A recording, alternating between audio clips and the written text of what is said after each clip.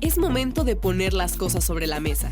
Es momento de saber y entender las noticias relevantes con un punto de referencia. Imer Noticias, con Berenice Rodríguez. Tu punto de referencia. Periodismo desde lo público, contigo.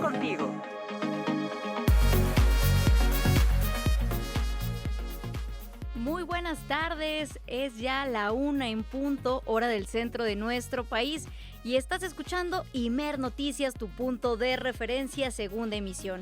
Yo soy Berenice Rodríguez y si nos lo permites estaremos contigo acompañándote durante las próximas 2 horas con toda la información que necesitas para estar informada, informado o informade este jueves 16 de julio de 2026. Queremos también, como siempre, que nos ayudes a contestar la pregunta del día, que precisamente seguimos todavía en este ánimo del torneo internacional de fútbol y por eso queremos preguntarte, ¿qué te parece a ti el pase de Argentina a la final de este mundial? Como siempre te leemos en las redes sociales de Imer Noticias y también al número 55 66 31 24 27. Comenzamos con la información del día de hoy.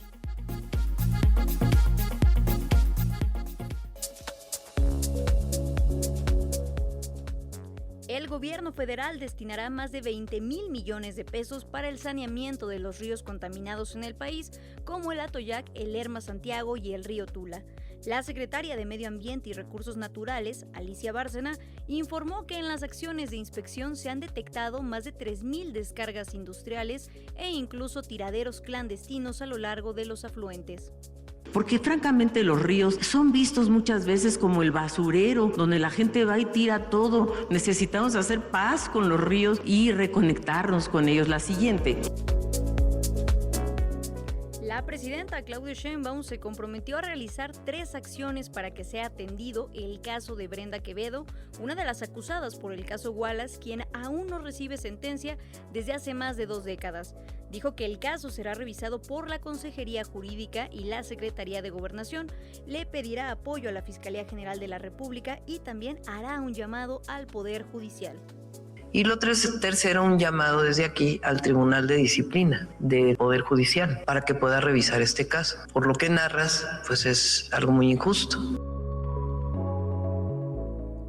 El secretario de Estado estadounidense, Marco Rubio, convocó a formar una coalición global con países aliados para desmantelar redes transnacionales de lo que llamó terrorismo de extrema izquierda. Y en nuestra conversación del día de hoy hablaremos sobre el fenómeno de las tradwives y los riesgos que representan como movimiento para los derechos de las jóvenes. Comenzamos.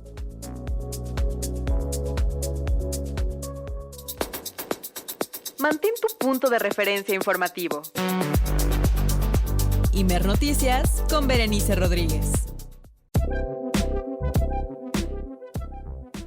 Bienvenidas, bienvenidos y bienvenides a este espacio Imer Noticias, tu punto de referencia, siendo ya la 1 de la tarde con 3 minutos, hora del centro de nuestro país y como siempre queremos estar en contacto contigo.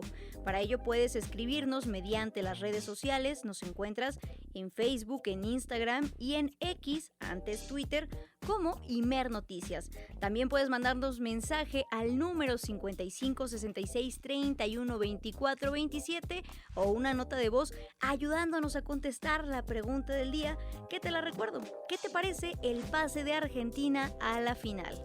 Y antes de comenzar con toda la información, como siempre, agradecer a todo el equipo que hace posible esta transmisión y este proyecto informativo.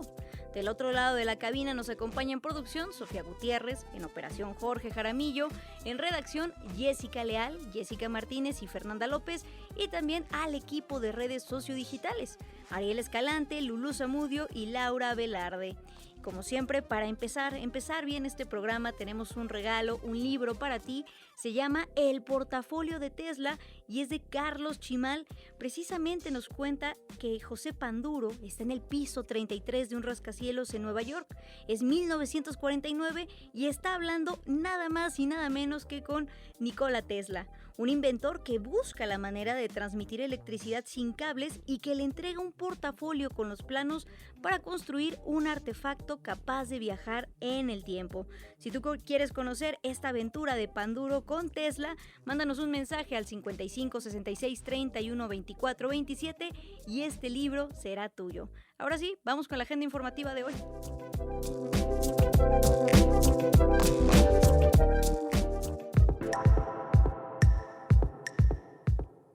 Mientras mujeres influencers acumulan millones de seguidores mostrando una idílica vida tradicional como tradwives o bien esposas tradicionales, detrás de esa imagen se esconden peligros como la dependencia económica absoluta, aislamiento y un mayor riesgo de abuso y también un futuro incierto. Por ello, activistas y organizaciones han alertado sobre el riesgo de retroceso que este fenómeno representa para los derechos de las mujeres. Toda la información con nuestra compañera Jessica Leal. Mujeres, dejen que su esposo haga lo que Dios lo ha llamado a hacer y apóyenlo porque son las guardianas del hogar. Hombres, amen a su esposa como Cristo ama a la iglesia.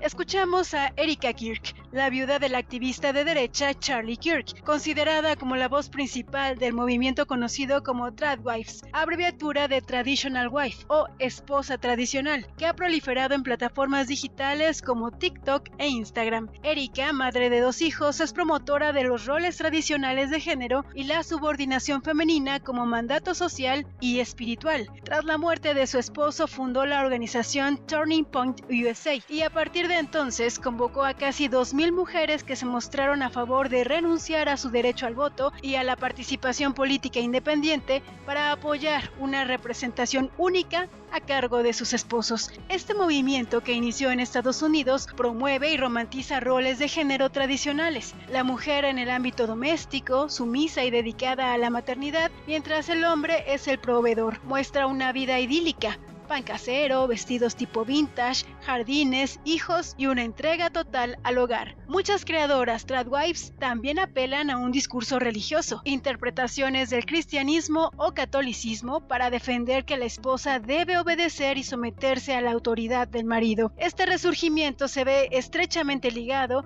al renacer de los movimientos conservadores y de la extrema derecha que utiliza las plataformas digitales para difundir estas ideologías. Un estudio del King's College London indica que los hombres de la generación Z son el doble de propensos que los boomers a preferir parejas tradicionales. 3 de cada 10 jóvenes varones encuestados cree que la esposa debe de obedecer al marido. Aunque el contenido es estéticamente atractivo y muchas creadoras lo describen como una elección personal, un análisis publicado por The Conversation muestra que está basado en creencias misóginas que consideran a las mujeres, en cierto modo, menos capaces que los hombres. Expertos y ex-tradwives alertan de riesgos graves, especialmente para jóvenes que adoptan este modelo sin una red de seguridad.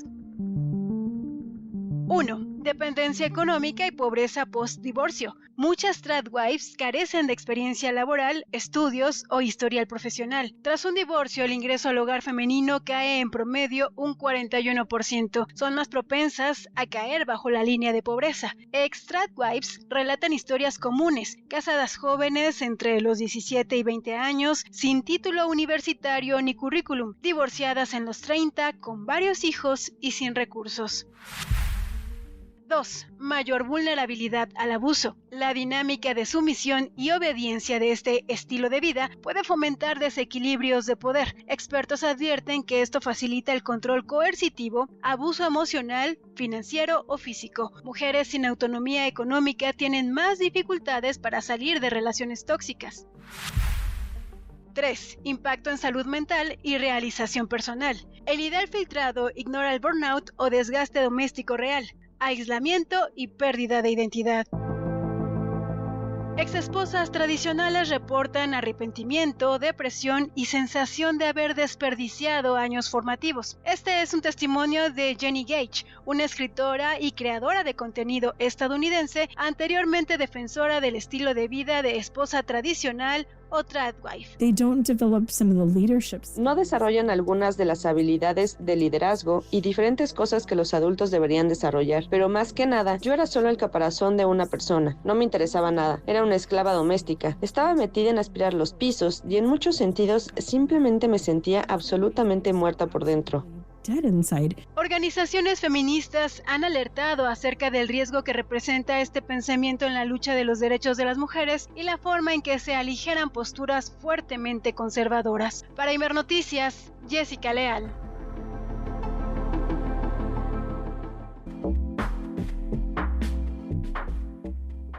Efectivamente, como ya lo escuchábamos en esta cápsula de nuestra compañera Jessica Leal, este fenómeno denominado tradwives o esposas tradicionales es peligroso sobre todo para las juventudes, ya que tiene todo un trasfondo político muy amplio. Y precisamente para conocer qué hay detrás de las tradwives, el día de hoy en Imer Noticias, tu punto de referencia, nos enlazamos con la doctora Elisa Godínez. Ella es politóloga, antropóloga y analista política en medios públicos. Buenas tardes, doctora, ¿cómo se encuentra?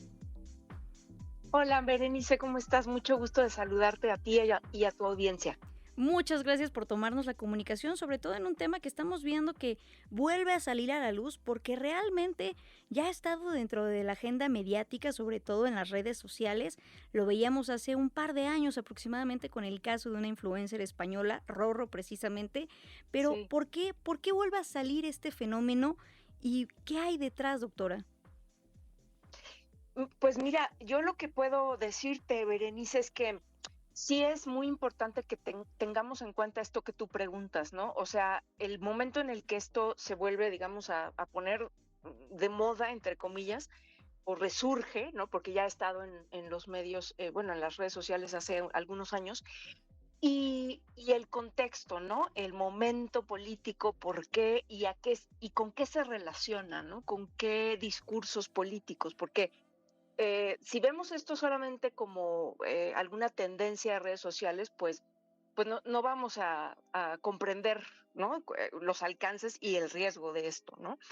Em, Como bien decían en la cápsula, bueno, este tema de tendencias de esposa tradicional o tradwives es la tendencia que se promueve donde la mujer supuestamente asume de manera voluntaria los roles de género conservadores y patriarcales, ¿no? ¿Esto qué significaría en términos concretos? Bueno, pues dedicarse exclusivamente a las labores del hogar, lo que tiene que ver con el cuidado de los hijos, y la elaboración, digamos, de los alimentos, todo lo que tiene que ver con la cocina, dedicarse a tener el hogar embellecido, y básicamente ser dependiente de un único proveedor material que es el marido, ¿no?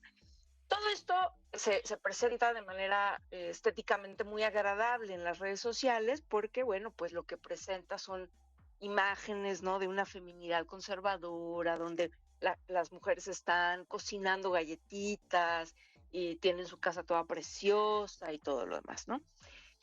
Pero bueno, esto que ya como tú bien decías, desde hace algunos años tiene presencia en las redes sociales, busca o ha buscado presentarse como una tendencia cultural dominante, ¿no? Como algo que está empezando, o no empezando, sino que ya se está instalando en el imaginario, ¿no? Y pareciera, ¿no? Te lo quieren hacer aparecer ahí, como que muchas mujeres estarían pues interesadas en cambiar, digamos, su estilo de vida a esto, ¿no? Como una alternativa.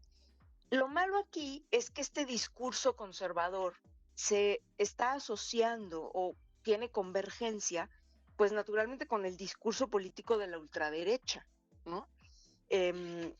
Lo vamos a ver ahorita, pues lo voy a comentar. Y aquí lo grave es que esta pretensión, pues ya de que esto se vuelva o se traduzca en cambios institucionales o de políticas públicas, porque también en días recientes hemos estado viendo esta tendencia también a hablar del llamado voto familiar, ¿no? De la idea de que, por ejemplo, no se vote ya individualmente, sino que se vote por familia, ¿no? O por casas, ¿no?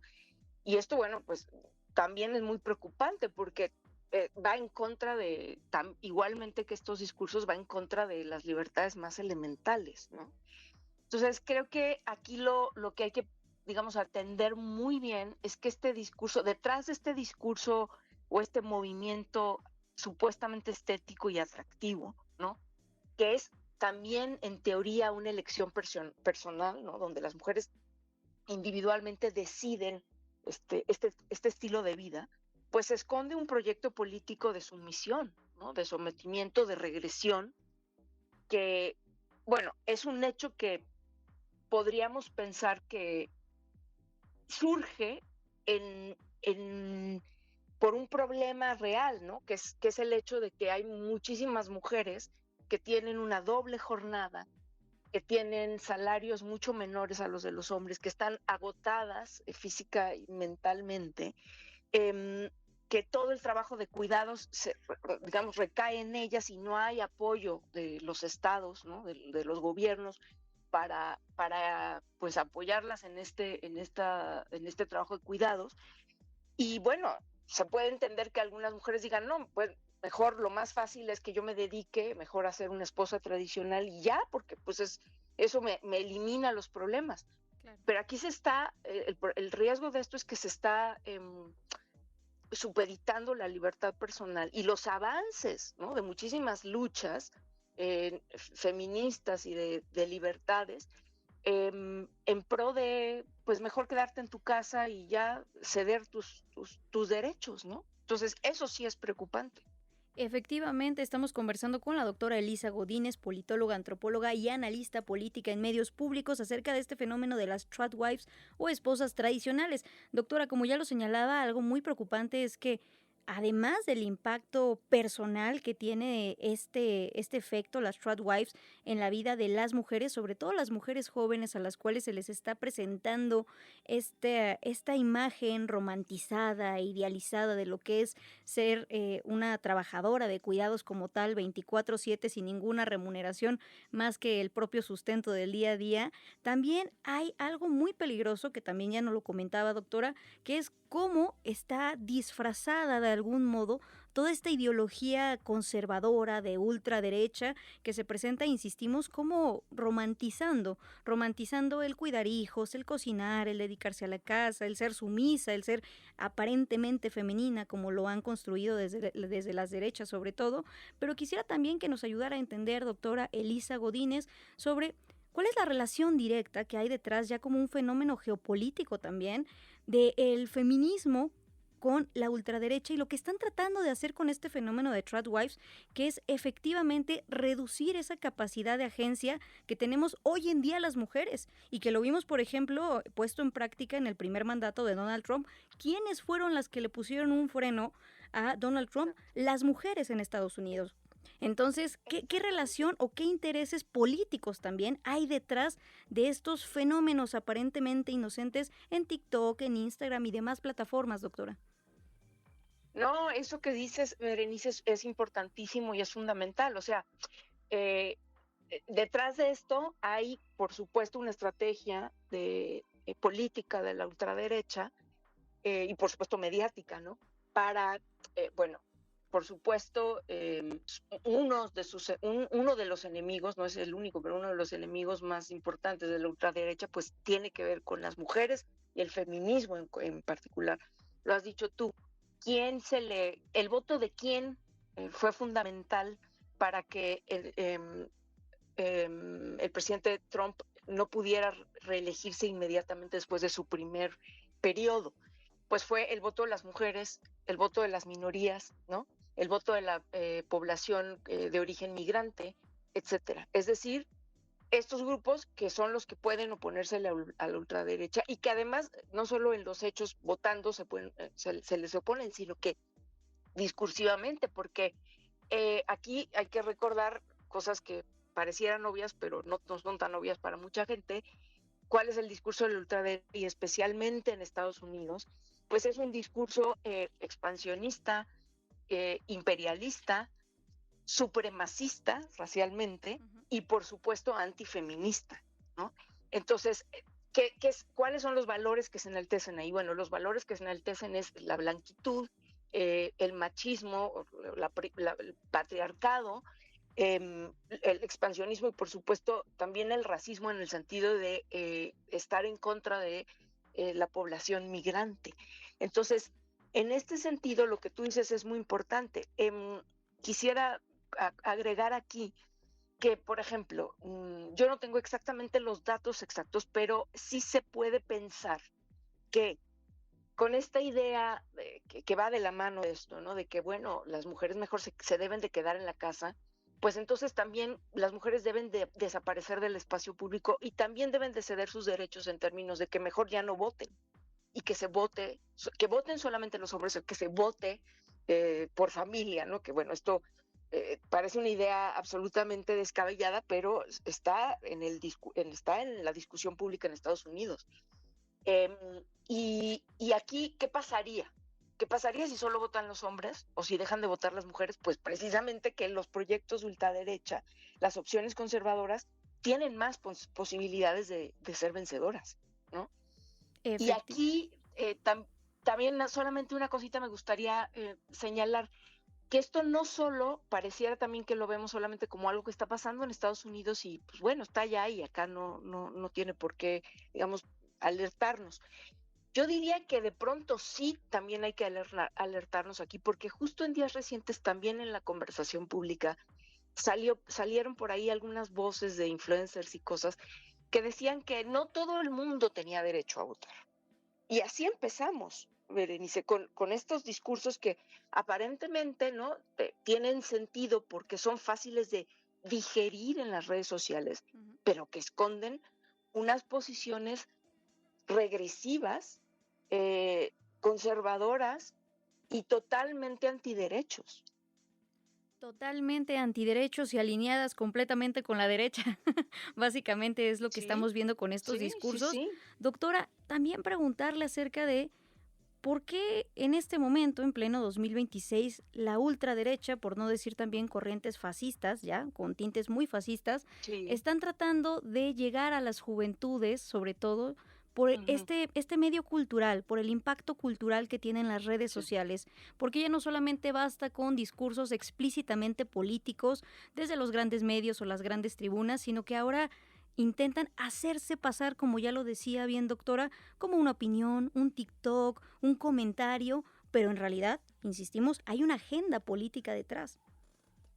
Sí. Y mira, yo creo que nos falta mucho discutir públicamente, por eso qué bueno que ustedes tocan estos temas, entender cómo han venido cambiando las estrategias políticas, mediáticas y por supuesto hacia un fin electoral, no solamente, de la ultraderecha, porque yo creo que en estos casos ahora lo que vemos es que hay campañas mucho más cuidadosamente diseñadas y partir precisamente de todo lo que se penetra con las redes sociales, ¿no? Para poder llegar de manera más, incluso personalizada, me atrevería a decir, a los votantes, ¿no? Aquí hay que recordar de algún modo que estamos ya inmersos en un mundo en el que las redes sociales y digamos, la presencia en el Internet no es meramente nada más que tú llegues, entres, veas, consumes y te salgas, sino que uno va dejando sus huellas ahí completamente de quién es, de qué le interesa, de qué no le interesa, de qué le gusta, de qué no le gusta. Entonces, todo este diseño de los algoritmos y todo digamos, manera de que va viendo trazabilidad de todo lo que nosotros vemos y consumimos en las redes sociales. Y obviamente esta cantidad enormísima de datos que le llaman Big Data y demás, ahora está siendo utilizada, bueno, desde hace ya varios años, con fines electorales y especialmente la derecha que tiene todos los medios y que tiene pues alianzas también con las grandes empresas tecnológicas, pues van haciendo unos diseños muy sofisticados para que entonces precisamente estos diseños lleguen, estos discursos lleguen a quienes tienen que llegar, ¿no? Entonces se segmenta muchísimo y se va haciendo una propaganda político-electoral, no nada más, como tú lo decías hace rato, de vota por tal o no votes por tal, ¿no? Sino ya que se basa mucho en las características personales y de gustos y disgustos de cada persona, ¿no? Así como suena de distópico, pero me parece que hay que empezar a entender que esta relación, pues obviamente no es casual, que los algoritmos ahí tienen mucho que explicar, ¿no? O sea, para quienes, no, digamos, hay quienes sabemos más o menos lo elemental de cómo funcionan estas cosas, pero mucha gente no. Entonces la gente dice, ay, pues de repente me llegó el anuncio de justo lo que yo estaba hablando, lo que yo estaba pensando. Bueno, claro, porque detrás de eso hay toda una ingeniería, ¿no? Y todo un diseño que pues muchas veces está relacionado con la política, ¿no? Y con los proyectos dominantes de la derecha y de las empresas tecnológicas. Claro, y que la apuesta política en este momento por parte sobre todo de los sectores de la ultraderecha es una apuesta desleal. Ya no solamente te venden un candidato Totalmente. Y te dicen, bueno, después eliges tú si coincides o no y le votas, sino que ahora manipulan la forma en la que piensas, lo que quieres, lo que sientes con relación al mundo, y luego casualmente te venden al candidato que piensa exactamente así, y uno, pues esa simpatía o esa coincidencia, pues no es orgánica en realidad, sino que hay toda una maquinaria, como ya lo señalaba, doctora. Agradecerle muchísimo esta información para toda la audiencia de Imer Noticias, y es un fenómeno que hay que seguir analizando, por supuesto. Muchas gracias, doctora. Gracias a ustedes, Berenice. Un abrazo. Muchas gracias y un abrazo de vuelta.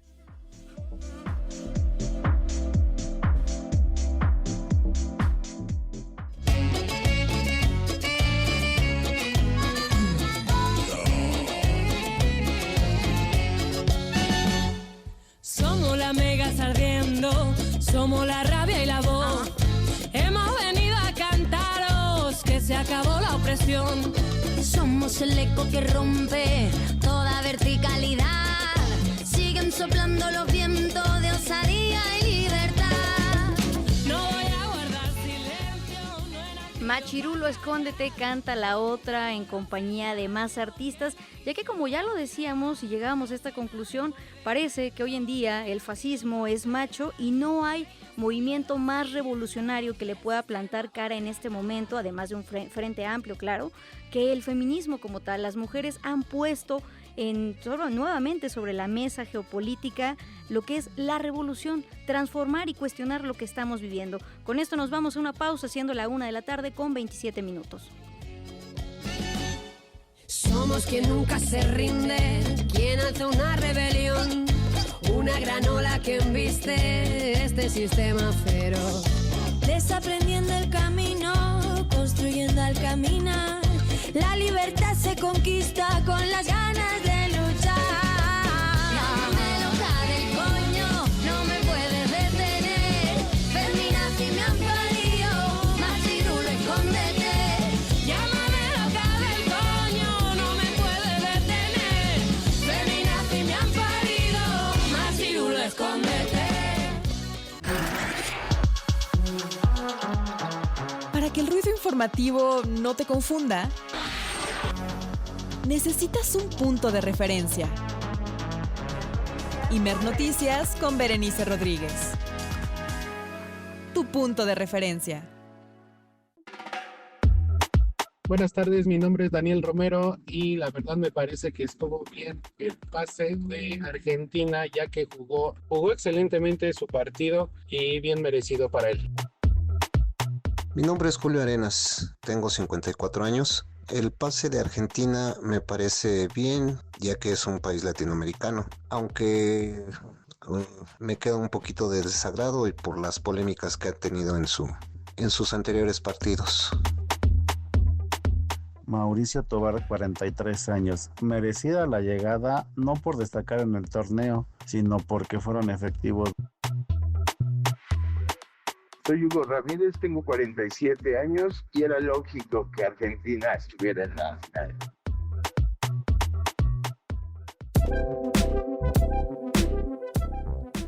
Una de la tarde con 33 minutos ya, hora del centro de nuestro país, y estamos de regreso en Imer Noticias, tu punto de referencia.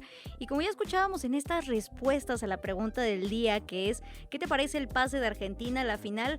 Parece que esta victoria tiene un sabor agridulce. Por un lado, todo lo que ya vimos de denuncias e irregularidades que ha generado la FIFA a lo largo de este torneo, y por otro lado también toda una historia, ya lo decíamos ampliamente ayer, política, emocional e histórica en este encuentro entre Inglaterra y Argentina.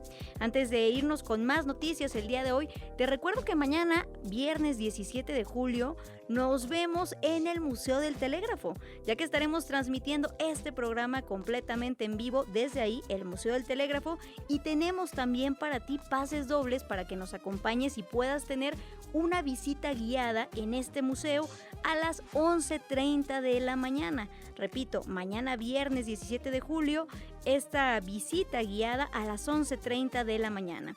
Si tú quieres tu pase doble, mándanos un mensaje al 55 66 31 24 27 con tu nombre completo y nos vemos mañana en el Museo del Telégrafo, en calle de Tacuba número 8, Colonia Centro, en la Alcaldía Cuauhtémoc, en la capital de nuestro país. Ahora sí, nos vamos con la agenda informativa del día.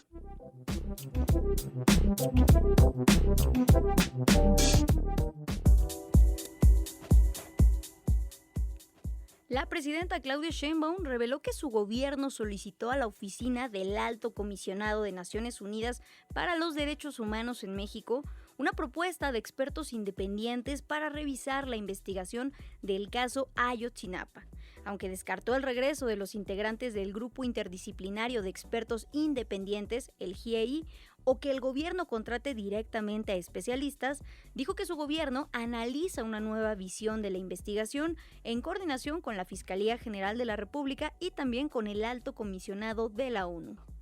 En primer lugar, el GIEI ya no existe. Eso es algo que es importante que se sepa. No es lo mismo que sean contratados por el gobierno a que sean parte de la asesoría de una institución independiente. Nosotros le pedimos al Alto Comisionado de Derechos Humanos en México que viera la posibilidad de incorporar estos expertos o a otros. La respuesta que tuvimos de ellos es que no serían esos expertos y que nos propondrían otros expertos. Incluso de este tema hablé con el Alto Comisionado cuando estuvo en México. Ni tampoco las organizaciones de derechos humanos, que muchas de ellas ha habido desencuentros, digamos, con las opiniones e investigaciones que se han venido haciendo. Conocemos el informe del GIEI, lo he leído personalmente 2 veces, así como el informe que presentó en su momento Alejandro Encinas, que se basa en mucho con las investigaciones del GIEI. Pero el asunto aquí es la investigación o el giro o la nueva visión de la investigación que estamos haciendo, que está dando muchos resultados. No los podemos dar a conocer todavía por respeto a los padres y a las madres de Ayotzinapa y además a la propia investigación. Nuestro objetivo es la verdad y la justicia, conocer dónde están los 43 jóvenes.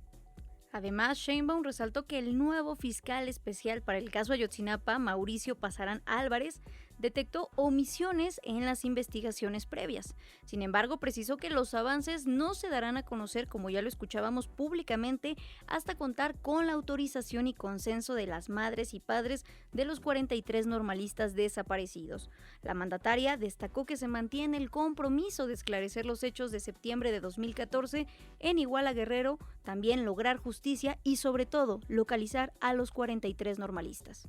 El fiscal de la fiscalía que está encargado del caso dio una visión completamente distinta. Recuperó la investigación científica, digamos, sobre este tema. Y él ha encontrado también algunas omisiones que se hicieron en las investigaciones previas. Por eso lo que hacemos es hablar francamente con madres y padres. Y estamos hablando con ellos. En algunas cosas estamos de acuerdo en cómo se está llevando. En otras cosas seguimos platicando, porque no se puede hablar de desacuerdos, sino seguir platicando. Y me reúno con ellos cada 2-3 meses. La última vez fue más tiempo, esperando que hubiera más resultados, pero me comprometí a seguir reuniéndome con ellos. Y creo que por respeto a las madres y a los padres de Ayotzinapa, pues hasta que no tengamos la evaluación de ellos y de si podemos salir públicamente con lo que hemos encontrado y lo que estamos encontrando, pues no podríamos nosotros hablar de este tema.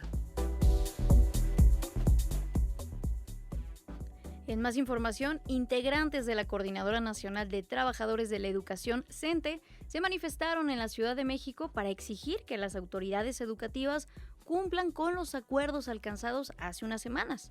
Pedro Hernández, secretario general de la sección 9 de la CENTE, explicó que las y los maestros regresaron a sus movilizaciones ante la falta de cumplimiento a los acuerdos. Todo el reporte con nuestro compañero Víctor Raúl Ramírez. Víctor, buenas tardes.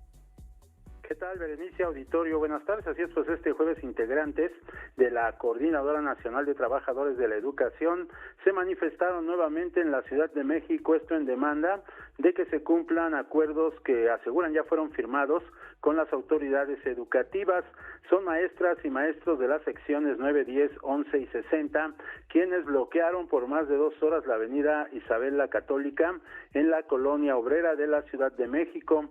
El secretario general de la sección 9 de la CENTE, Pedro Hernández, explicó que esta movilización se hizo ante el incumplimiento de las autoridades educativas y federales a los acuerdos. Vamos a escuchar. Entonces, por eso hablamos de que es casi un mes, del 19 de junio a esta fecha 16 de julio, que no se ha cumplido con estos acuerdos firmados. No es que apenas los vamos a plantear, es que ya los planteamos, ya acordamos rutas, ya acordamos cómo tendríamos que ir abordándolos y bueno, por supuesto la autoridad tanto federal en la representación que estuvo de la SEP, del ISSSTE y de la autoridad educativa, pues firmamos una minuta, por eso hablamos de un incumplimiento. Pedro Hernández agregó que en caso de que no se cumplan los acuerdos, entonces los integrantes de la CENTE volverán a movilizarse las veces que sea necesaria. Vamos a escuchar. Bueno, en el caso de las reuniones con el titular de la SEP y del ISSSTE, sus equipos argumentan agendas que han estado en Zacatecas, en Michoacán, en Guerrero, y bueno, sin embargo, les decía que el día de hoy inician mesas tripartitas para los demás estados. Entonces, si este es el trato, si esta es la forma, pues no esperamos que haya cosas importantes y por lo tanto, entonces, pese a que estamos ya prácticamente en receso escolar, pues se reactiva la movilización. Y bueno, hay que señalar que minutos después de las 12 del mediodía, los integrantes de la CENTE marcharon por Isabel la Católica hacia el edificio de la SEP, ubicado en la Plaza de Santo Domingo, en el centro histórico de la Ciudad de México, y allí anunciaron que el próximo jueves 23 de julio habrá una nueva reunión con las autoridades en las que se les prometió que van a estar los funcionarios que pueden resolver los temas que ellos están pidiendo, que son la entrega de becas para hijas e hijos de los docentes, también basificación de personal, homologación de aguinaldo y el pago de estímulos por grados académicos. Ese es mi reporte. Víctor, muchas gracias y seguimos al pendiente de que exista efectivamente un punto de acuerdo y de entendimiento nuevamente entre el magisterio y las autoridades federales. Muchas gracias y buenas tardes, Víctor. Hasta luego.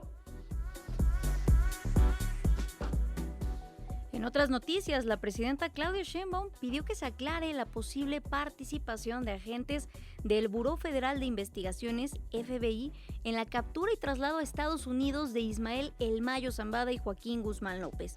Resaltó que más allá de las personas que fueron llevadas a territorio estadounidense e incluso del piloto de la aeronave que participó en la operación, el tema principal de la investigación es el papel que tuvo la agencia, el FBI, en estas acciones.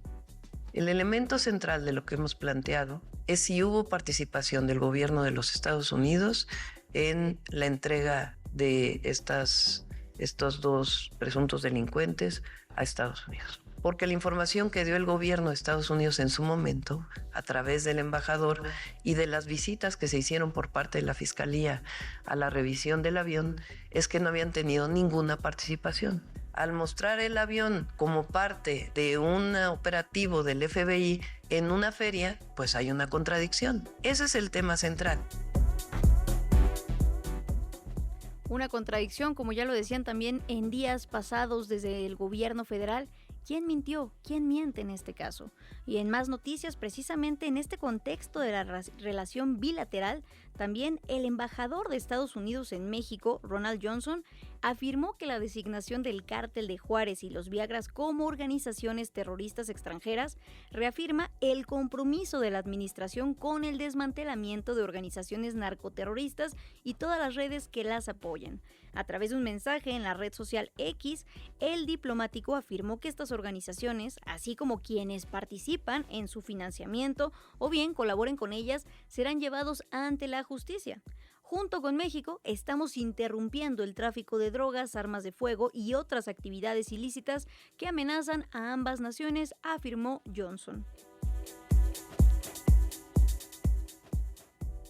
En más información, la presidenta de México, Claudia Sheinbaum, confirmó un nuevo caso en el que un mexicano lamentablemente falleció en acciones relacionadas a operativos del Servicio de Inmigración y Control de Aduanas, ICE por sus siglas en inglés.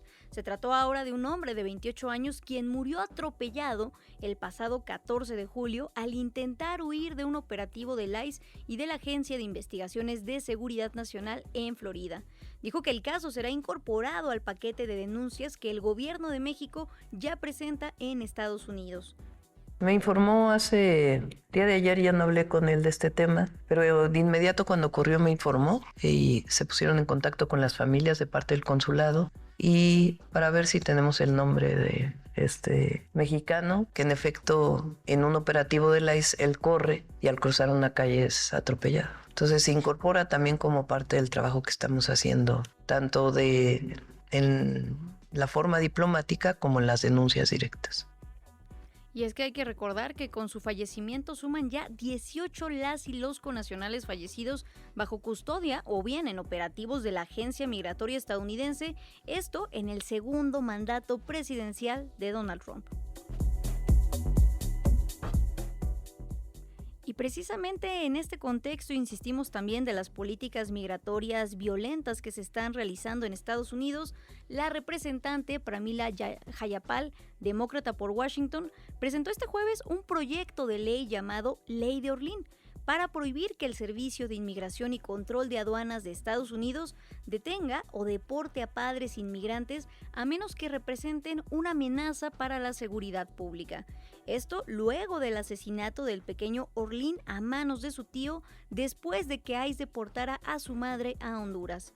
A través de un video publicado en redes sociales, la demócrata Pramila Jayapal detalló que a pesar de que Wendy les mencionó a las autoridades de ICE que era madre soltera, ellos la ignoraron y decidieron reportarla sola, dejando a su hijo Orlín a manos de su tío, quien finalmente lo asesinó.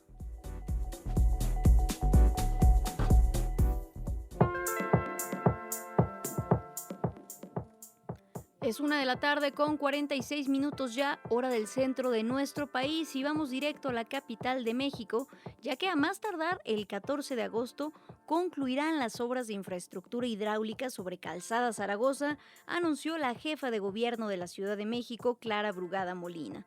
Adelantó también que a finales de 2026 concluirán 54 obras más en Iztapalapa, cuya inversión ascendió a 1.500 millones de pesos. Guadalupe Franco nos tiene toda la información. Guadalupe, buenas tardes. ¿Qué tal, Berenice Auditorio? Muy buena tarde. Así es, esta mañana la jefa de gobierno de la Ciudad de México, Clara Brugada, anunció que el próximo 14 de agosto quedarán concluidas las obras hidráulicas sobre Calzada Zaragoza en la alcaldía de Iztapalapa. Al realizar un recorrido de supervisión por las obras de infraestructura hidráulicas en la demarcación, Clara Brugada pidió paciencia a la ciudadanía ante las afectaciones temporales por los trabajos. Así lo dijo. El 14 de agosto ya esté totalmente pavimentado, súper pavimentada la lateral y atendida toda lo que genera una obra de este tipo. Y a los vecinos que de alguna manera están afectados por estas obras, les pedimos una disculpa, pero son obras grandes que evitan inundaciones. Sobre Zaragoza hay muchas inundaciones cada vez que llueve y esto es la solución al problema de las inundaciones. Asimismo, la jefa de gobierno informó que a finales de 2026 estarán listas las 54 obras de infraestructura para mitigar inundaciones en Iztapalapa, cuya inversión ascendió a 1.500 millones de pesos. Entre las acciones destacan la construcción de 8 tanques Tormenta con capacidad para almacenar 4 millones de litros de agua, además de un colector de más de 1 kilómetro sobre República Federal que desalojará hasta 6 metros cúbicos de agua por segundo para reducir los riesgos de inundaciones, dijo la jefa de gobierno. Que la inversión de 1.500 millones de pesos en Iztapalapa tiene como objetivo transformar las desigualdades históricas que ha sufrido Iztapalapa y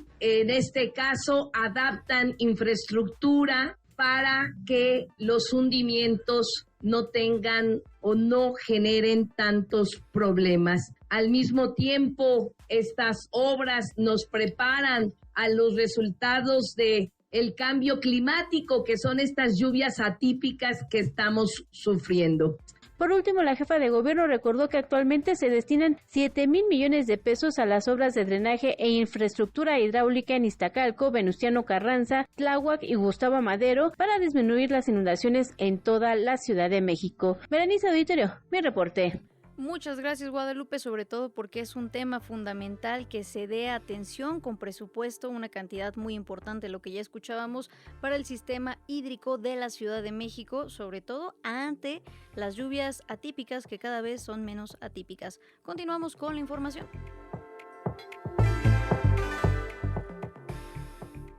En el marco del Día Nacional de las Personas Defensoras del Medio Ambiente, se llevó a cabo el conversatorio Personas Defensoras del Medio Ambiente, Desafíos para su Protección y Acceso a Derechos en México, promovido por el Centro Nacional de Comunicación, donde se expuso un incremento del 33% en las agresiones contra defensores del medio ambiente.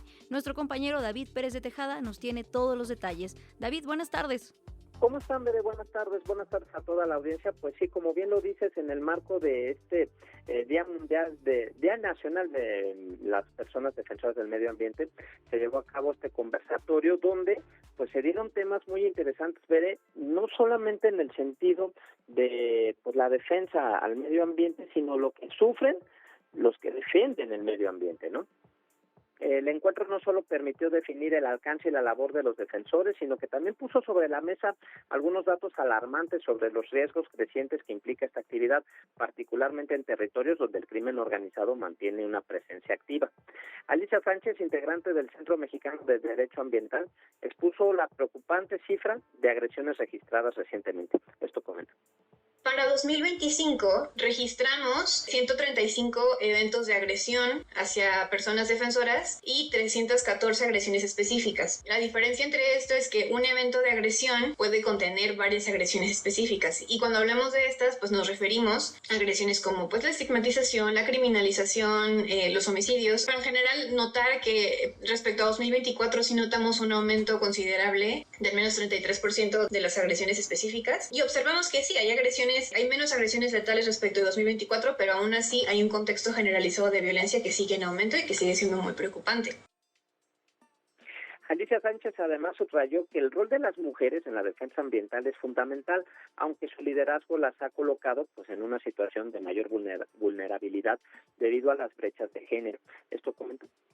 Notamos que las mujeres cada vez tienen un rol más protagónico en la defensa ambiental, lo cual también las ha colocado en una situación de vulnerabilidad por su género, lo cual muchas veces puede interseccionarse con otras categorías como pues la pertenencia étnica o alguna discapacidad o una situación de migración, lo cual pues puede ir aumentando estas capas de vulnerabilidad. Y observamos con mucha preocupación que respecto a 2024 hubo un aumento en 2025 del 61.8% de la violencia contra las mujeres.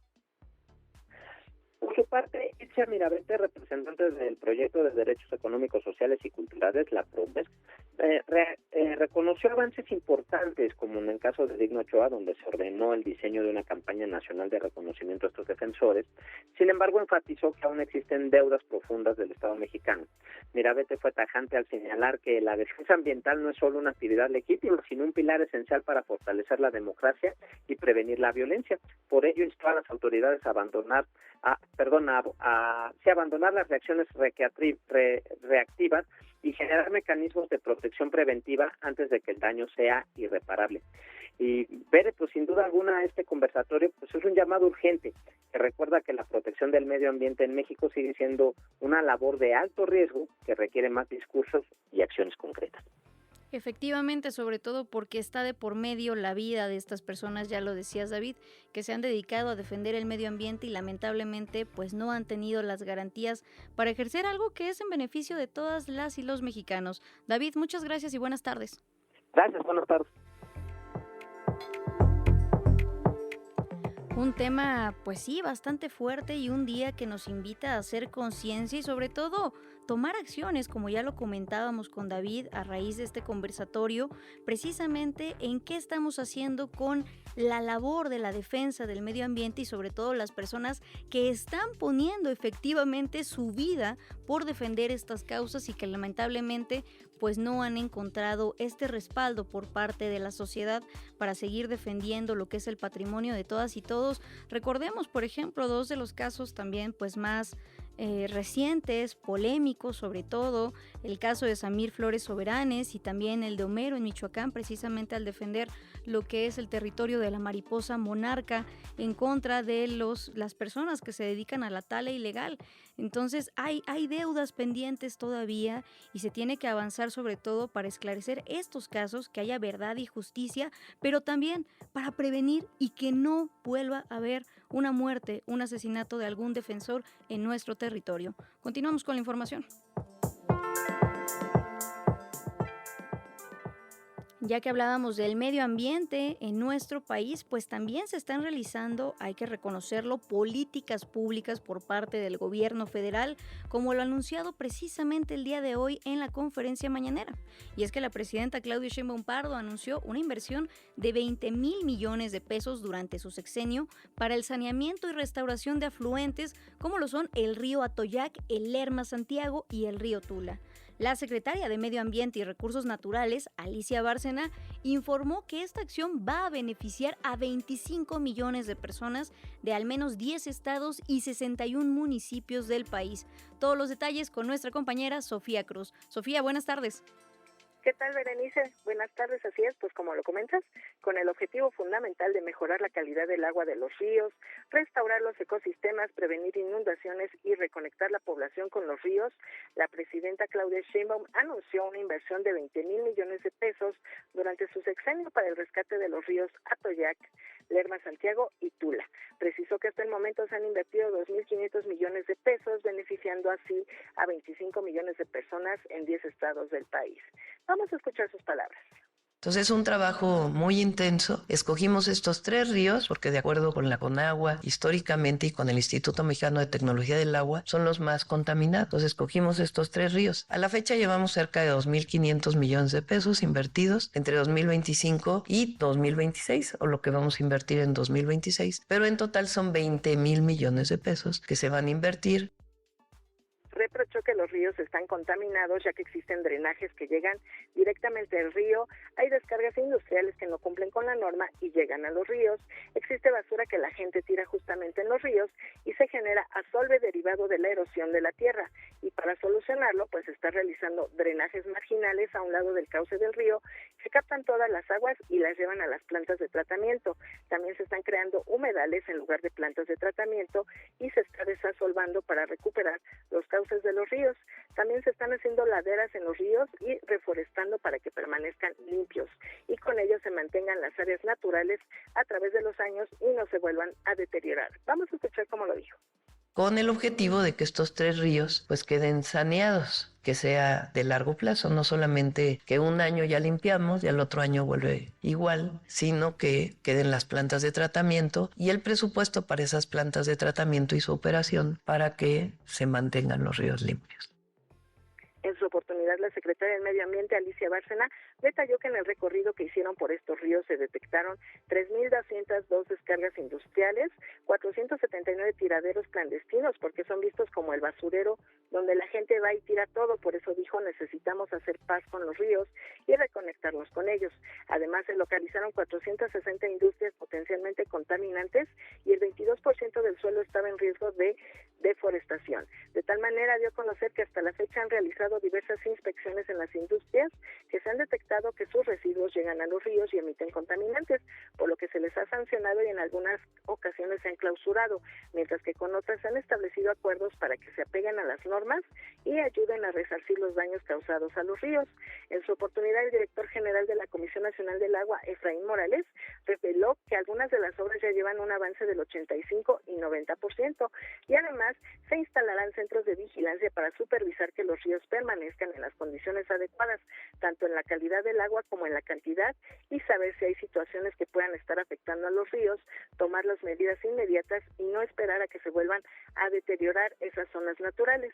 Así como también dio a conocer que se realizan acciones en los ríos Acapulco, Tijuana y Sonora para que también sean saneados y rescatados.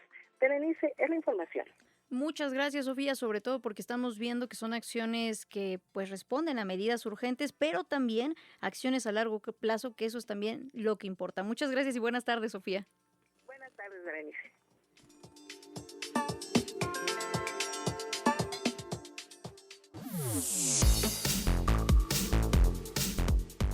Es la 1:00 con 59 minutos y llegó la hora de la infodemia del día de hoy.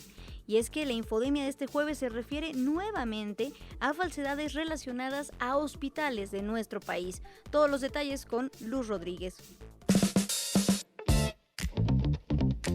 En días recientes se difundió la versión de que un paciente del Hospital General de Zona número 2 del IMSS Bienestar en Hermosillo, Sonora, le habían suspendido una cirugía por supuesta falta de presupuesto de insumos. Esta información es falsa. El IMSS Bienestar aclaró el pasado 15 de julio que el paciente sí estaba programado para su intervención quirúrgica. Sin embargo, no presentaba las condiciones clínicas óptimas para llevarla a cabo de manera segura. Por esa razón, la cirugía fue reprogramada, con el objetivo de priorizar su estabilización. Actualmente, el paciente se encuentra en proceso de preparación para la colocación de un marcapasos, procedimiento que se realizará una vez que el equipo médico confirme que reúne las condiciones clínicas adecuadas. Antes de compartir, verifique, no propague información falsa que genere miedo y desconfianza en los servicios de salud. Con información de Rafael Burgos para Imer Noticias, Luz Rodríguez.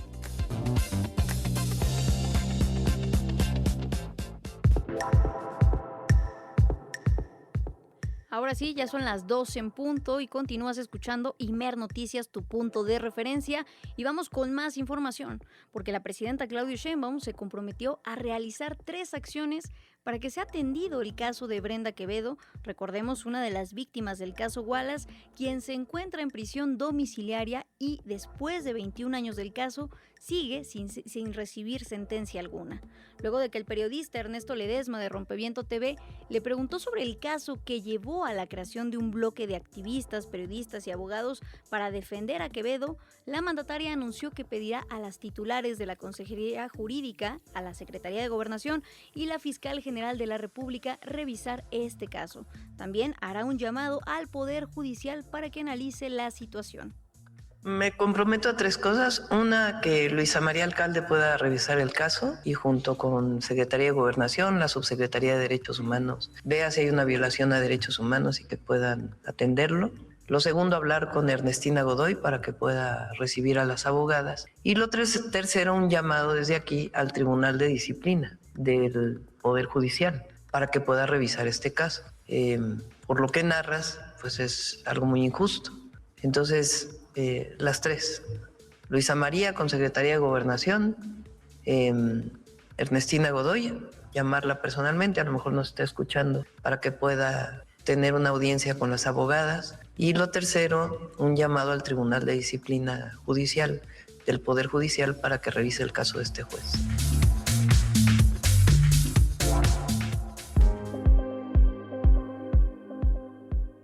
El caso Wallace, un caso que retrata la supuesta justicia que existía en el periodo de Felipe Calderón, que hoy más bien podemos reconocer como un caso lleno de irregularidades e impunidad. Para conocer más detalles acerca de estas acciones que comentó el día de hoy la presidenta y el impacto y trasfondo que tienen precisamente en este caso, ya lo decíamos, de Brenda Quevedo, nos enlazamos ahora en Imer Noticias, tu punto de referencia, con Brenda Quevedo Cruz. Insistimos, un caso que refleja un pobre y lento sistema de justicia. Buenas tardes, Brenda, ¿cómo te encuentras? Hola, buenas tardes. Me encuentro, emocionada, pero sinceramente no quita el cansancio ya emocional de tantos años y que esto de seguimos en la lucha, pero bueno, ya con este pronunciamiento de la presidenta. Esperamos que ya no quede nada más en palabras, sino en hechos, de que se revise mi proceso, mi caso. Sobre todo, como ya lo decíamos, un caso que pues desde el inicio ha tenido toda una serie de irregularidades, incluso la violación más grave es que prácticamente 20 años has estado recluida en prisión preventiva, luego en prisión domiciliaria y sin recibir sentencia alguna ni comprobársete pues la participación en este caso del cual se te acusa al menos desde 2007. Es decir, ¿cómo es posible que hayan pasado tantos años y que el sistema judicial no haya revisado aún tu caso y no le den solución? Como ya lo decías, Brenda, también estos compromisos que menciona el día de hoy la presidenta en la conferencia mañanera son una luz a que por fin pueda haber justicia para ti. En este caso, que ya recordábamos, está lleno de muchas inconsistencias, el caso Wallace. Pero para ti también preguntarte, Brenda, ¿cómo ha sido este proceso, sobre todo porque en todas las instancias hemos visto que hay pues omisiones en el proceso como tal? Sí, pues ha sido eso, literalmente eterno este proceso que no termina por eh, darse un desenlace. No creo que sea justo para nadie pasar 20 años, fue desde el 2006, a principios del 2006 cuando se abrió la carpeta de investigación, y que en 20 años no nos hayan podido dar esta sentencia en primera instancia, ni siquiera otros coacusados ya están hasta en el amparo. Una de ellas ya salió porque su amparo lo atrajo la Suprema Corte, pero Jacobo Tagle y yo, que estamos todavía en proceso, seguimos esperando y esperando y esperando, y es triste, es frustrante. Como sea, te hacen pagar una pena anticipada. O sea, yo lo veo así, pierdes y pierdes de todos los lados donde lo veas, donde te revuelquen en un proceso legal de esta magnitud, porque tú no tienes los medios, porque no conoces a gente, hasta que ahora la sociedad misma, abogados de derechos humanos, defensores, periodistas, empiezan a ya hacer presión, a alzar la voz, pero pues muchos años nos tocó andar esto solos en contra de esto, ¿no? De este sistema que es un gigante cuando tú eres una persona de pie que no tienes los contactos, no tienes el dinero, no tienes nada, pues te toca la de perder. Y yo en mi caso ya pagué una pena hasta anticipada y todavía sigo en mi casa, en esta prisión domiciliaria, en un departamento pequeño en el que vivo, sin poder salir a nada, no trabajo, no puedo estudiar, o sea, no puedo hacer mis actividades y sigo esperando. No me cierran, no me han dado el cierre el juez. Es un juez desde hace un año y cachito nuevo de los de elección. Entonces, pues no sé qué decir, no sé qué esperar. Pensamos que a veces que eran antiguos gobiernos los que lo hacían, pero a veces también los nuevos siguen perpetrando este tipo de atrocidades. Para mí esa es la palabra, una atrocidad, que alguien pierda su vida de esta forma. Yo pues mi juventud la dejé en la cárcel, sigo sin hacer proyectos y bueno, es terrorífico esto. Ya lo decías, Brenda, una sentencia que no ha sido dictada y que sin embargo pues has sido obligada ya prácticamente a estar recluida 20 años de tu vida en un proceso muy injusto, porque lo que falta aquí efectivamente es que se revise el caso y que haya justicia. Preguntarte también, Brenda, ¿qué otras estrategias e instancias han recurrido ya a tu defensa legal a lo largo de todos estos años? ¿Por qué seguimos en este punto todavía?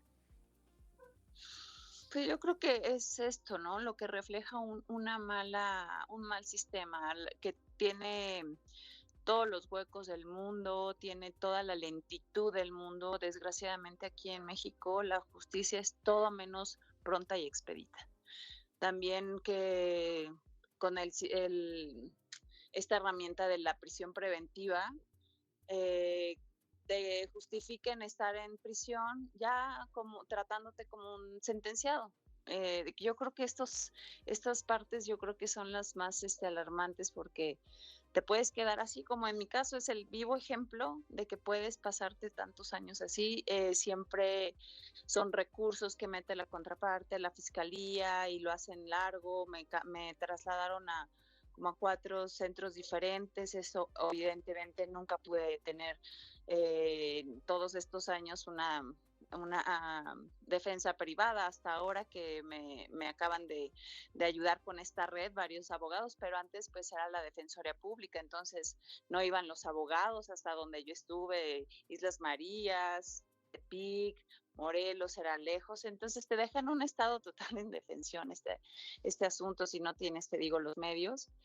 Ahorita lo que viene como estrategia, pues es incidir, por ejemplo, en lo inmediato, que es el cambio de la medida cautelar. O sea, yo ya estuve en 2 años en medida cautelar en mi casa, que se supone que son 2 años lo que debería de durar un proceso legal, así como máximo, y en México, pues no. Entonces, ahorita sería intentar el cambio de las medidas cautelares, fundamentando por qué es necesario, o sea, de qué sirve que el Estado me deje aquí si no me da para comer, no me da para mis gastos, pero tampoco me permite salir a trabajar. Tengo 5 medidas cautelares, el dispositivo, arraigo domiciliario, gente de la Guardia Nacional afuera cuidándome, no acercarme a la prohibición de acercarme a las víctimas, y bueno, entonces es como excesivo, pero tampoco me apoyan en nada, y no puedes mantener este tipo de medida cautelar, sería contra el mismo derecho, ¿no? Que lo habla en la Constitución, en los reglamentos, en todo donde hablan de esto, de estas medidas cautelares, que son, pues se supone que son menos lesivas, menos dañinas que una prisión, y al parecer a veces parece igual o peor, ¿no? Entonces, pues esa es la primera estrategia, a tratar de abrir una audiencia, porque el juez lo intentamos y no nos quiso abrir la audiencia para revisar las medidas cautelar como está en la ley. Y pues esto lleva amparos, a meter quejas, y todo se nos ha negado también por otros magistrados, que es lo sorprendente, preocupante, porque pues si un juez a lo mejor está tomando malas decisiones, pues los repercuten otros magistrados, otros jueces. Entonces, bueno, esto sería hacia a lo inmediato, buscar esto, y pues en el fondo ya, que es que cierren la instrucción, que tampoco nos han querido cerrar la instrucción. Esto significa ya pedir la sentencia. Sobre todo, como ya lo señalabas, Brenda, ha sido un proceso muy largo, con todas estas condiciones en las cuales todavía, aunque ya estás en prisión domiciliaria, en arresto domiciliario, pues tu vida no te la han regresado. De hecho, no has podido hacer pues tu vida cotidiana como cualquier persona, y tampoco has recibido una sentencia. Ya lo decíamos, este caso, al igual que muchos lamentablemente en México, nos invitan también y nos obligan, o nos deberían de obligar, a reflexionar acerca de la figura de la prisión preventiva oficiosa, sobre todo porque en qué casos sí se aplica y en cuáles no, y también que tu caso está mediado obviamente por la relación que tenía muy cercana Isabel Miranda de Wallace con el poder en ese momento, y que a casi 20 años hemos dicho no se ha podido esclarecer qué ha pasado. Ahora preguntarte también, Brenda, que tu caso se ha revisado directamente por Consejería Jurídica de Presidencia, por la Secretaría de Gobernación, por la Fiscalía General de la República e incluso por el Tribunal de Disciplina del Poder Judicial. ¿Abre, insistimos, una esperanza? Claro, no, definitivamente abre una esperanza. Tristemente hay que llegar a todo esto y que me pueden escuchar, que hubo un periodista valiente y que pudo hacer la pregunta, y que la presidenta al parecer ya tiene pues esta voluntad también política, porque también a veces es desgraciadamente casos políticos como el mío, y hay muchos, pues que también haya una voluntad política para que avancen, si no, pues esto estaría estancado años y años y años, y aquí nos vivimos ahí la vida en estos procesos. Y bueno, sí, claro, es esperanzador, pero bien dices, yo sigo privada de una vida normal. Desgraciadamente pasan cosas. Ayer, tristemente, mi papá tuvo un accidente cerebrovascular. No puedo ir a verlo, me muero de tristeza, de no poder salir a ir con mi familia, a estar ahí con él, y a ver cómo está. Y esto es un ejemplo que te quiero dar de lo que te arrancan, ¿no? De estar como en este castigo perpetuo. Un castigo perpetuo, ya lo señalabas, Brenda, y esperamos que estos compromisos que hoy anunció la presidenta en la conferencia mañanera puedan dar justicia a tu caso y avanzar de forma contundente, porque decimos son prácticamente 20 años los que te han arrebatado, sobre todo con esta sombra del poder de lo que fue el sexenio de Felipe Calderón, pero que como ya lo decías, pues han pasado los años y sigue sin resolverse tu caso, al igual que otros como también señalabas de tinte político, el caso de Israel Vallarta, por ejemplo, que el año pasado por fin pudo salir también de la cárcel. Esperemos que haya pronta respuesta, de verdad, Brenda, y te mandamos un muy fuerte abrazo y nos solidarizamos con tu causa. Muchísimas gracias por esta conversación con la audiencia de Imer Noticias.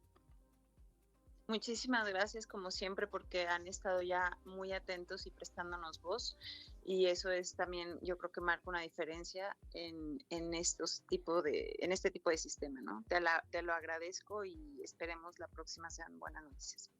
Claro que sí, Brenda, seguimos en comunicación. Muchas gracias y buenas tardes. Gracias, Vanessa.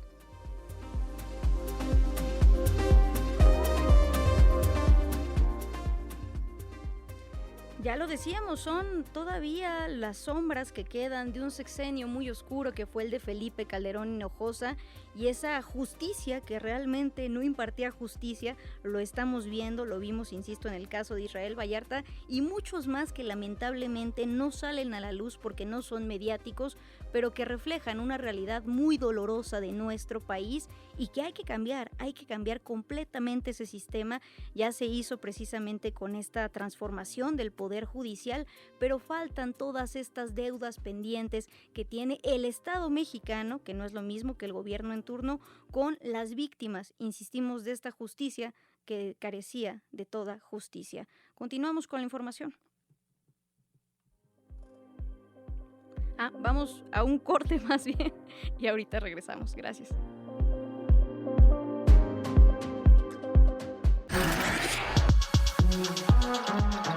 Para que el ruido informativo no te confunda, necesitas un punto de referencia. Imer Noticias con Berenice Rodríguez. Tu punto de referencia.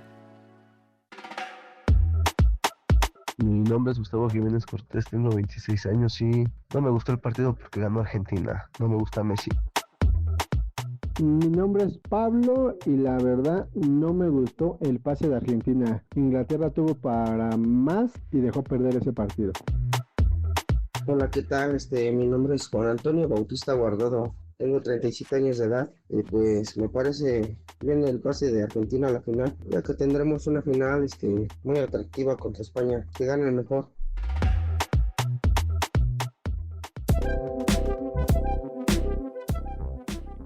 Estamos de regreso en Imer Noticias, tu punto de referencia. Son ya las 2 de la tarde con 20 minutos y escuchábamos respuestas a la pregunta del día. ¿Qué te parece el pase de Argentina a la final del Mundial? Te leemos en el 55 66 31 24 27 y también te recuerdo que el próximo viernes, es decir, mañana, viernes 17 de julio, estaremos transmitiendo este programa desde el Museo del Telégrafo y tenemos para ti pases dobles para que nos acompañes y puedas tener una visita guiada a las 11:30 de la mañana, es decir, antes de que iniciemos el programa. Te recuerdo también que la dirección de este museo se encuentra en la calle de Tacuba número 8, Colonia Centro, en la Alcaldía Cuauhtémoc, y si tú quieres tu pase doble para esta visita guiada a las 11:30 de la mañana, mañana viernes, escríbenos al 55 66 31 24 27 con tu nombre completo y diciéndonos que quieres un pase. Ahora sí, vamos con más noticias.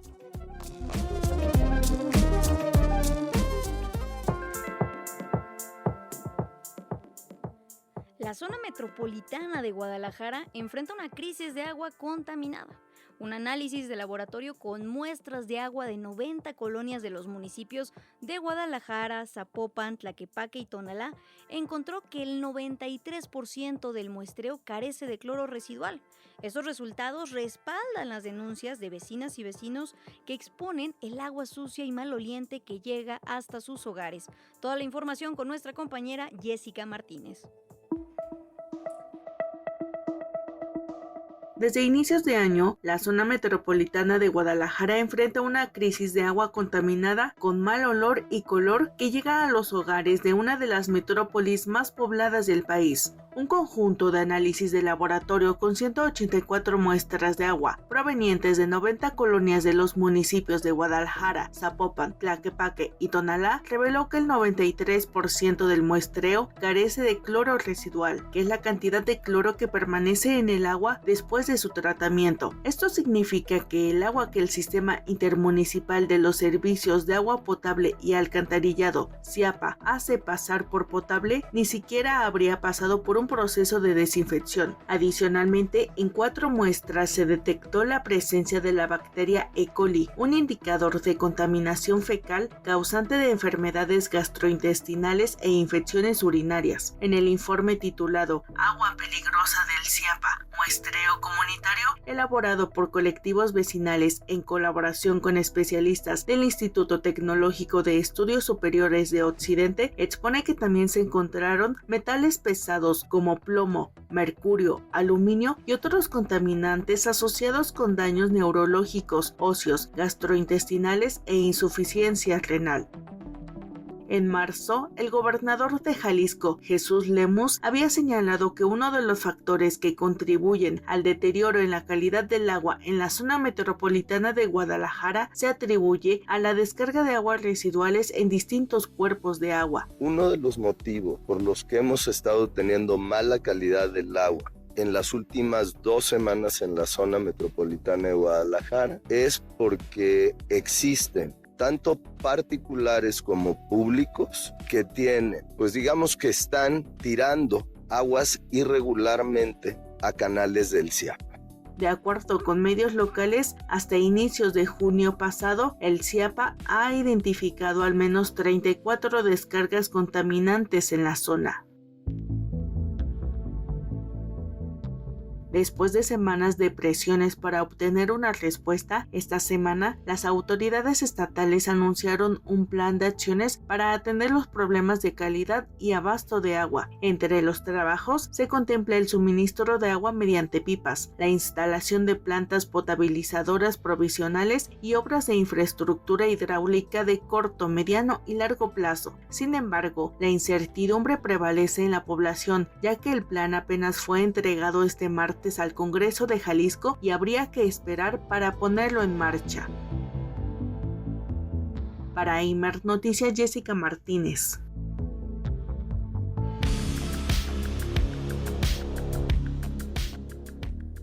Y precisamente para conocer más detalles acerca de esta realidad con el agua que se vive ahora en Jalisco, en Imer Noticias, tu punto de referencia, nos enlazamos con el doctor José Arturo Gleason Espíndola, profesor investigador titular y líder del Cuerpo Académico Gestión y Tecnología para la Arquitectura y Urbanismo Sustentable del Centro Universitario de Arte, Arquitectura y Diseño, el CUAD, de la Universidad de Guadalajara.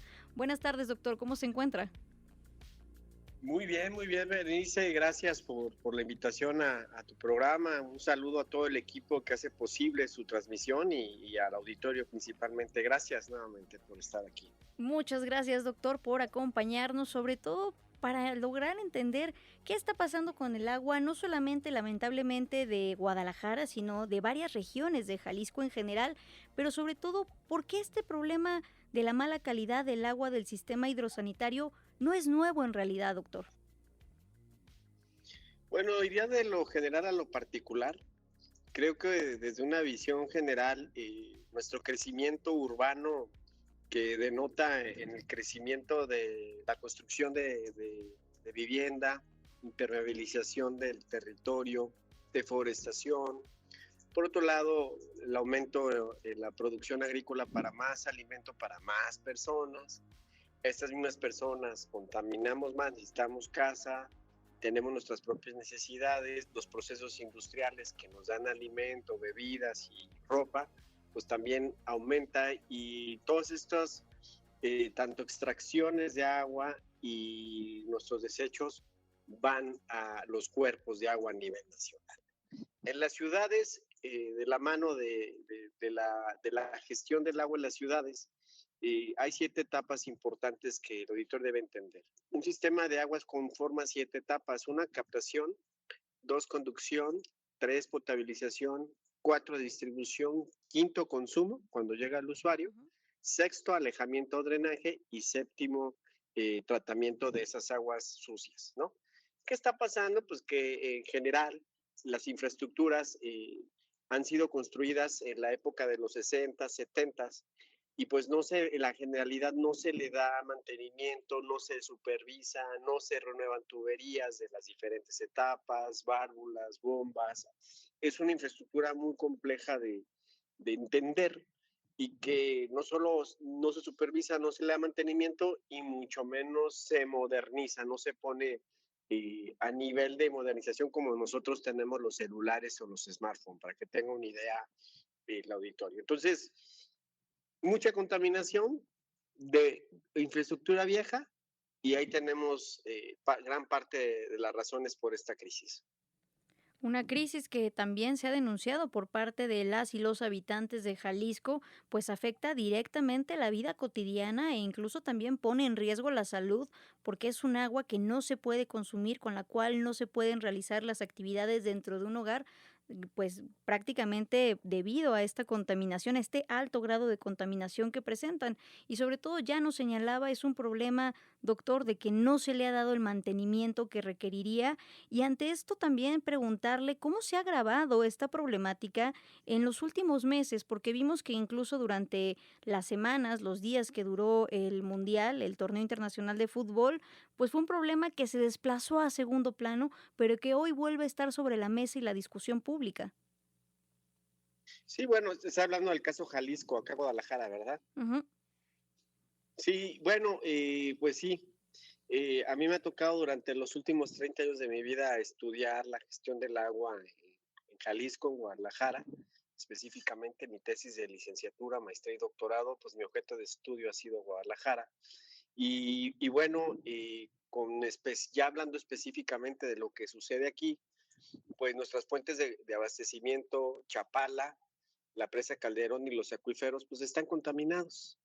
También las conducciones, segunda etapa del sistema hidrosanitario urbano, también van contaminadas, porque sobre todo en el canal que le llaman el sistema antiguo, que compone el canal de Tequiza, el de Las Pintas, y llega a la potabilizadora número 1, que está en Cerro del 4, que es la tercera etapa del sistema, pues en ese trayecto de 50 kilómetros entra de todo, ¿no? A ese canal que es de abastecimiento. Entonces ahí se contamina bastante el agua que se extrae de Chapala, se produce a través de un tramo del río Santiago que está súper contaminado, y luego en estos canales artificiales construidos en 1956, que ya están viejos, pues tenemos un cóctel de contaminación, que la potabilizadora también, pues ya muy desgastada, muy vieja, no puede hacer un trabajo eficiente, y cuando se distribuye, bueno, se distribuye a través de 162 tanques también, que no sabemos cuál es su estado actual,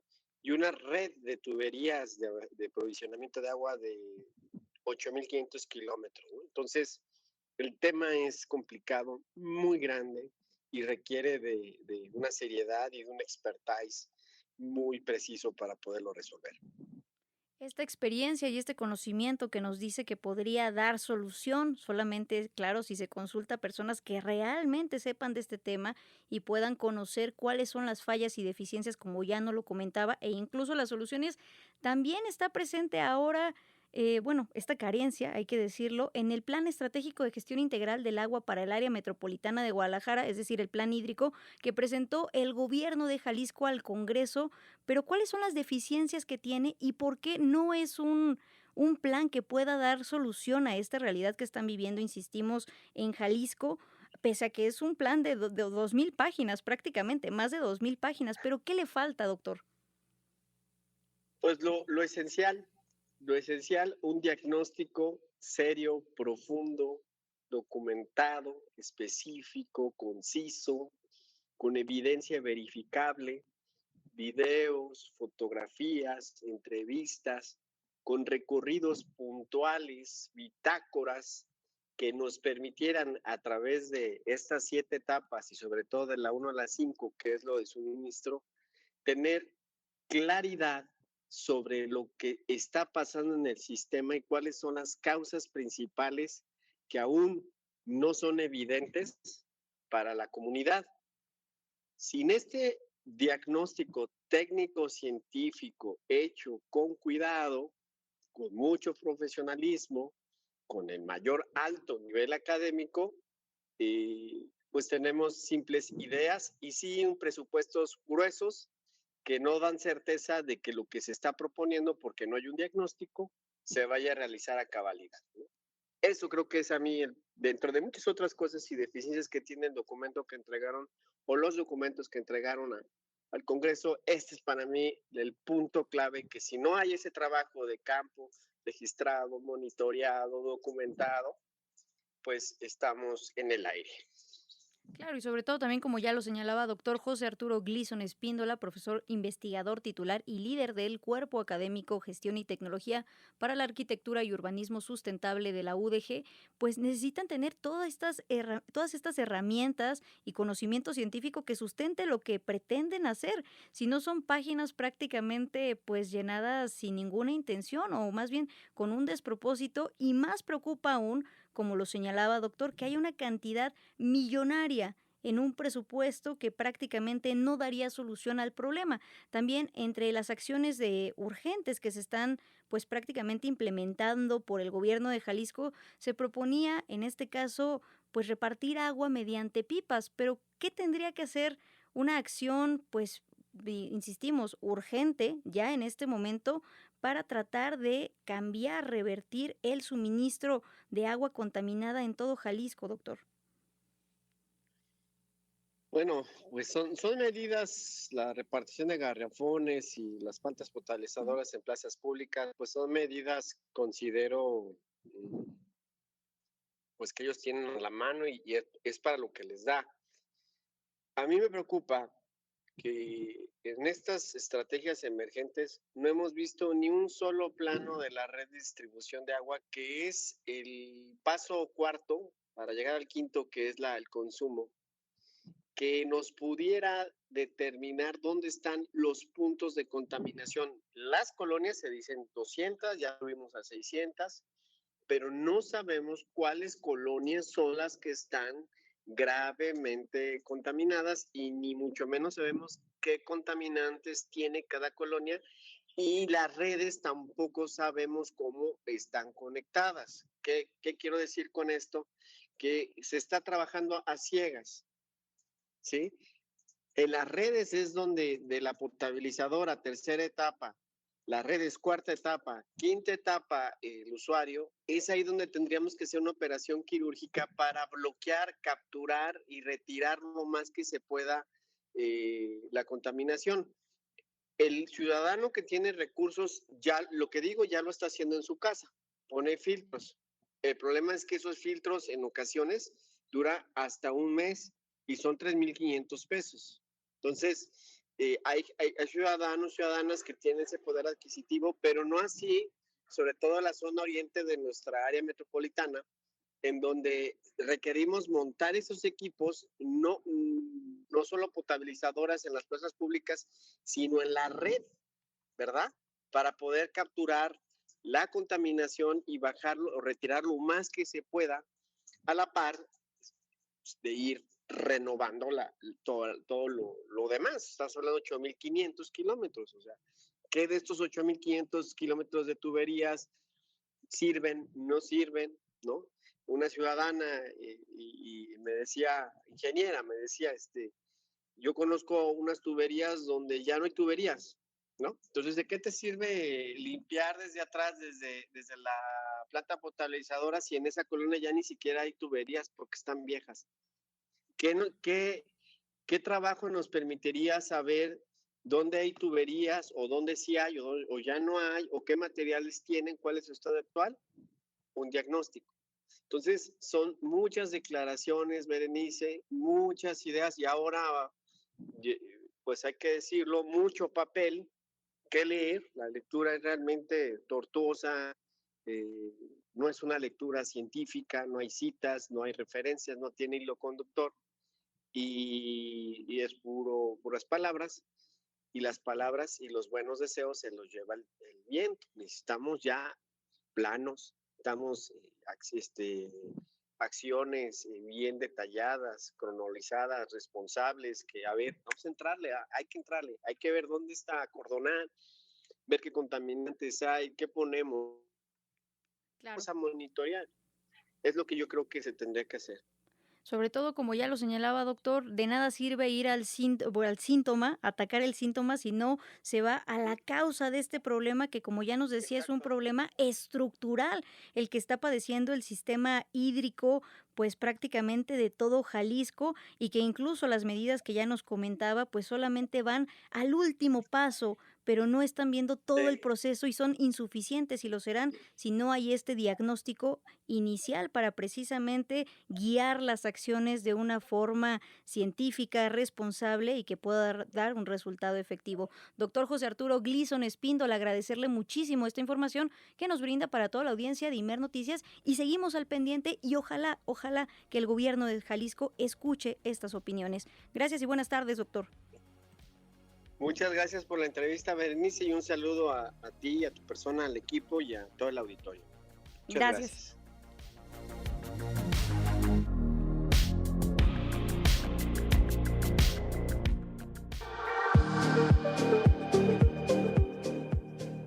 Estamos ya en el último bloque de esta transmisión y nos vamos con las noticias internacionales.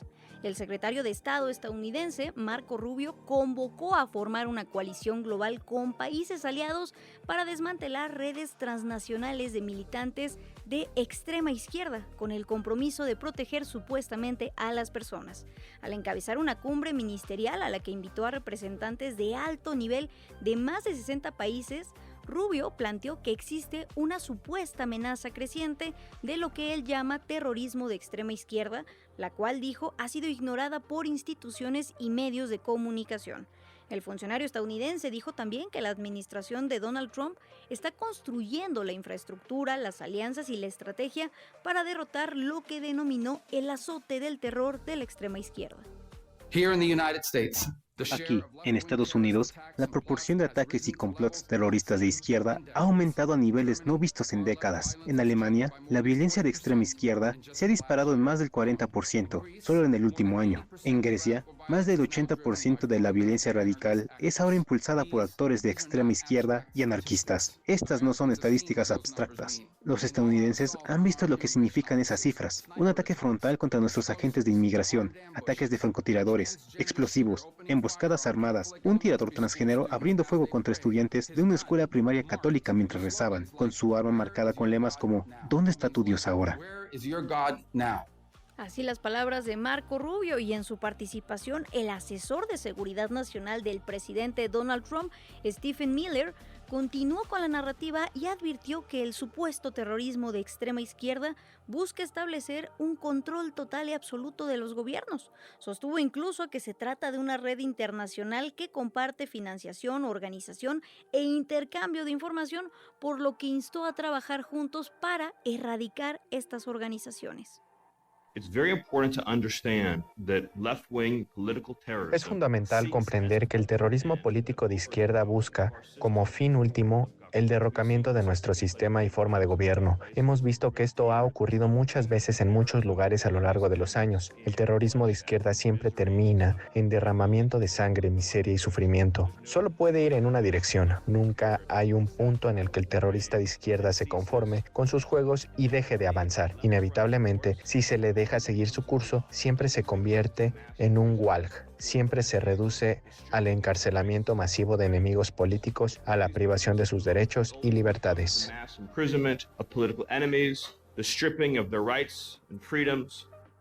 Por su parte, el secretario del Tesoro estadounidense, Scott Bessent, anunció que investigarán organizaciones que actúen como conductos para financiar violencia política de estas organizaciones. La violencia requiere dinero, canales por los que pueda circular la financiación e instituciones tras las que pueda ocultarse. Cada vez más, las estructuras legítimas de organizaciones sin fines de lucro y benéficas se utilizan como mecanismo para ocultar el movimiento de fondos ilícitos destinados a financiar el terrorismo político. Para el Tesoro, la aplicación de nuestras facultades para combatir estas redes representa la evolución natural de nuestra misión.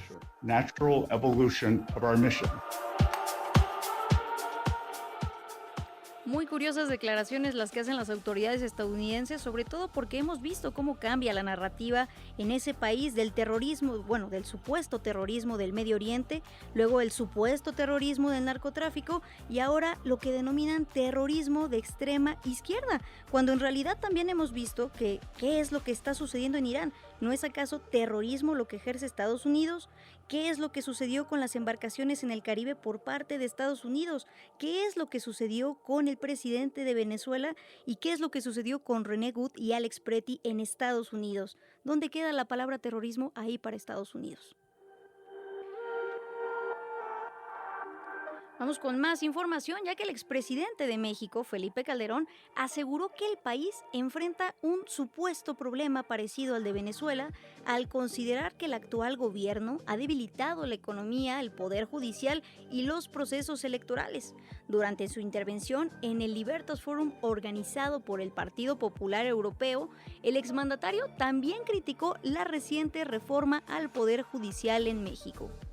El problema de México es un problema parecido al de Venezuela ya. El populismo venezolano destruyó la economía y destruyó el poder judicial y se apoderó de las elecciones. Y México va en esa vía. ¿Cómo lo están haciendo? Gastan todo ese dinero, se mantienen en el poder y una vez ganando la elección, refrendando la presidencia y teniendo mayoría en el Congreso, hacen una burla constitucional que en España y en Europa no se conoce. ¿Cuál es la burla constitucional? Que la mayoría que sí obtuvieron, y no entro en detalles de la elección, del 53% de votos, por una interpretación que es un verdadero fraude a la ley, el órgano electoral previamente capturado por el gobierno les da una mayoría en el Congreso de 75% de los asientos. Les regala una mayoría constitucional. De igual forma, Felipe Calderón sostuvo que tras la elección de jueces y magistrados por voto popular, fueron incorporados perfiles afines al gobierno e incluso abogados vinculados con supuestos narcotraficantes y advirtió que, bajo estas condiciones en las que nunca se le podrá ganar un juicio al gobierno, sería difícil garantizar la protección de los derechos de las y los ciudadanos. Además, refirió que México es una potencia enorme a la que ahora se le complican los acuerdos comerciales con Estados Unidos porque, según él, la administración del mandatario estadounidense Donald Trump desgraciadamente no prefiere la libertad económica ilimitada.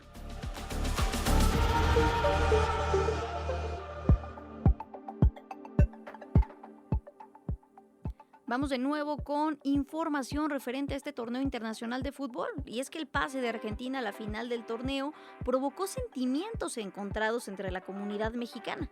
Mientras algunos celebraban el pase de un conjunto latinoamericano, en otras personas se exacerbó un sentimiento contra la población argentina. Pero, ¿de dónde han surgido estas expresiones discriminatorias hacia las y los argentinos? Bueno, tenemos todo el reporte con nuestra compañera Fernanda López.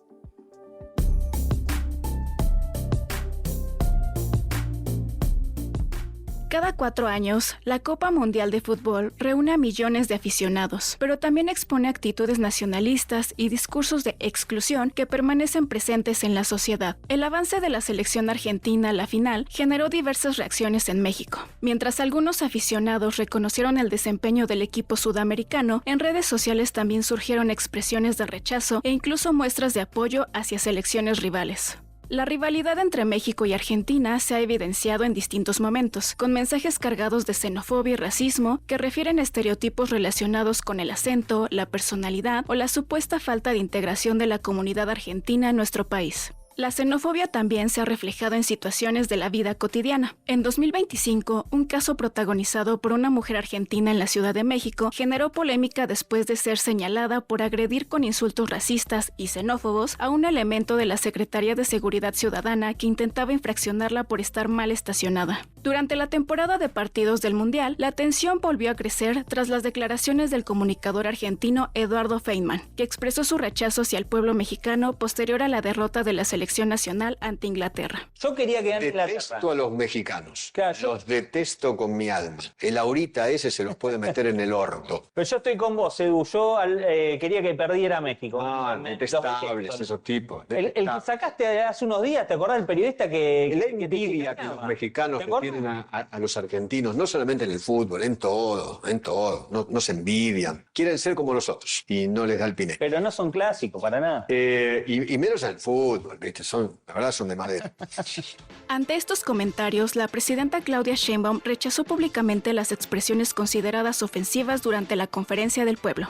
Pero el asunto es minimizar a la selección nacional y su gran triunfo frente a Ecuador y hablar mal de los mexicanos. Lo que dijo es indignante, pero nada más para que vean, un presunto periodista, vamos a llamarle así, un pseudo periodista, lo que dice de las y los mexicanos. Indignante, ya quisiera. A esto se sumaron las críticas de aficionados hacia la selección argentina por supuestos beneficios arbitrales durante sus partidos, una percepción que incrementó las expresiones de rechazo y llevó incluso a algunos aficionados mexicanos a manifestar su apoyo hacia la selección de Inglaterra previo al partido de la semifinal. El fútbol, como fenómeno social, refleja mucho más que una competencia deportiva. La rivalidad puede generar emoción y orgullo, pero también puede convertirse en un espacio donde se reproducen prejuicios y discursos de exclusión. Para Imer Noticias, Amelia Fernanda López.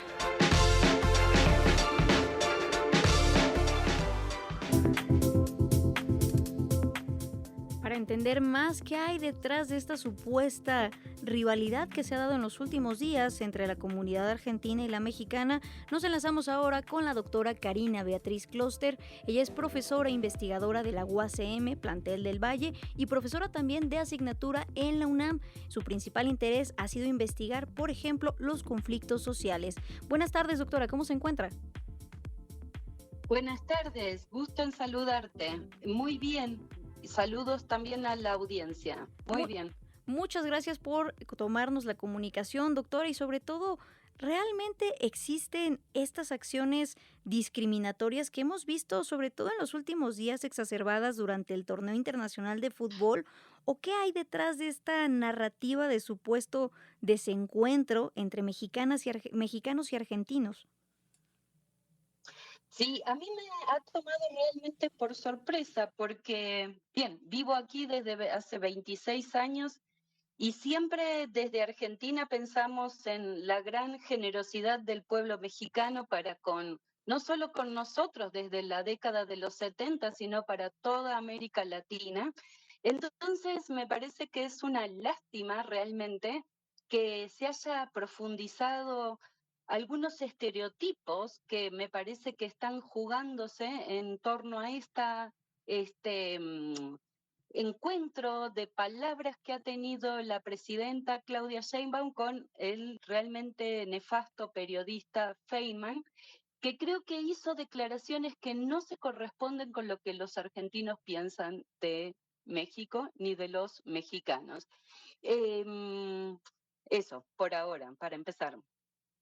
Ya lo decía, estos comentarios no representan efectivamente a toda la Argentina, de hecho, pero también preguntarle por qué considera que en los últimos años, más allá de este mundial, pareciera que este sentimiento o estas palabras, ¿no? Porque no es un sentimiento, estas palabras de rechazo a la comunidad argentina se han instalado en cierto sector de la comunidad mexicana.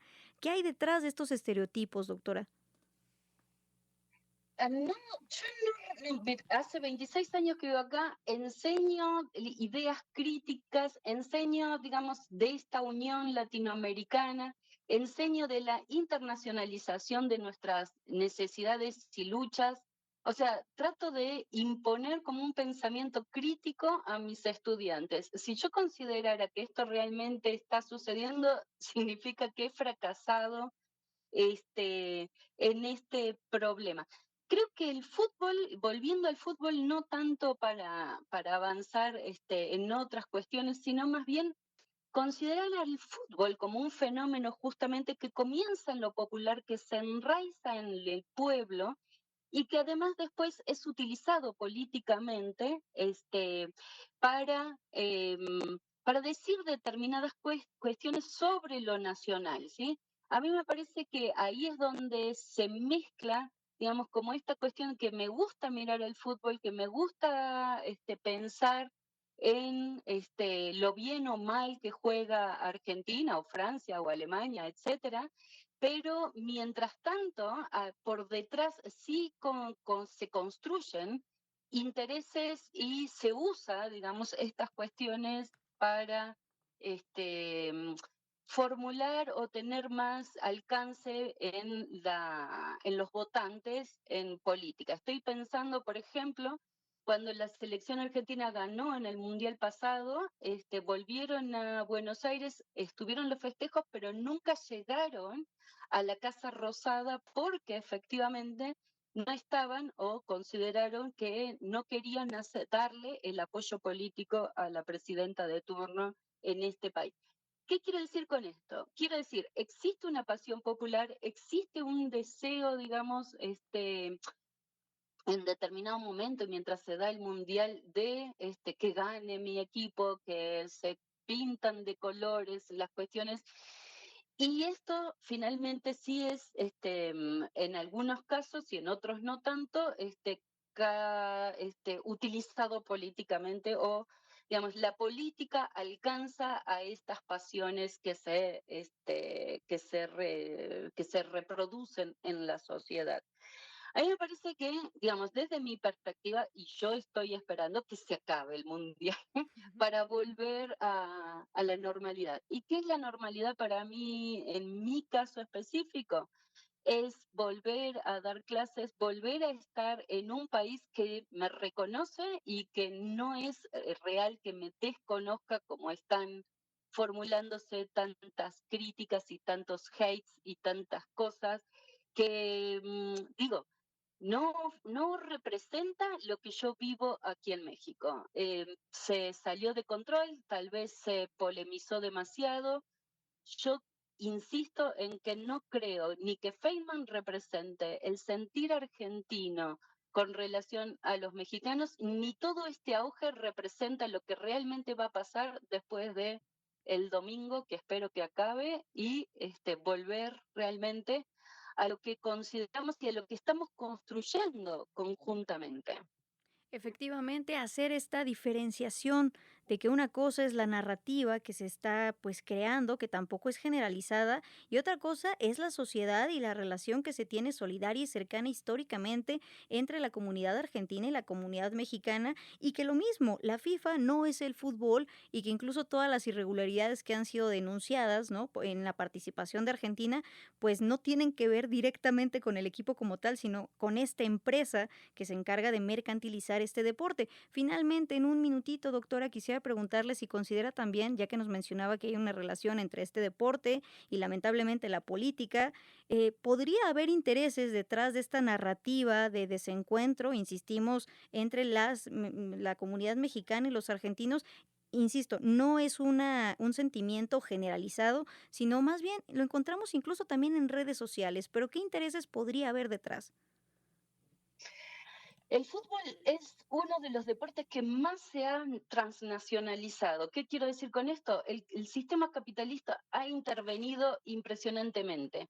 Cuando hablamos realmente, a mí me gusta verlos jugar, pero cuando yo analizo la situación, estos 26 jugadores no representan realmente al pueblo argentino que está en este momento pasando hambre. Están representando a las grandes corporaciones multinacionales que en definitiva, ha excedido, digamos, todo esto. Y finalmente nosotros les estamos haciendo el juego o el caldo gordo, como decimos, si nos peleamos entre nosotros, realmente. Son multimillonarios y más allá de lo que nosotros somos capaces de pensar en tener, como tener dinero, y viven de esto.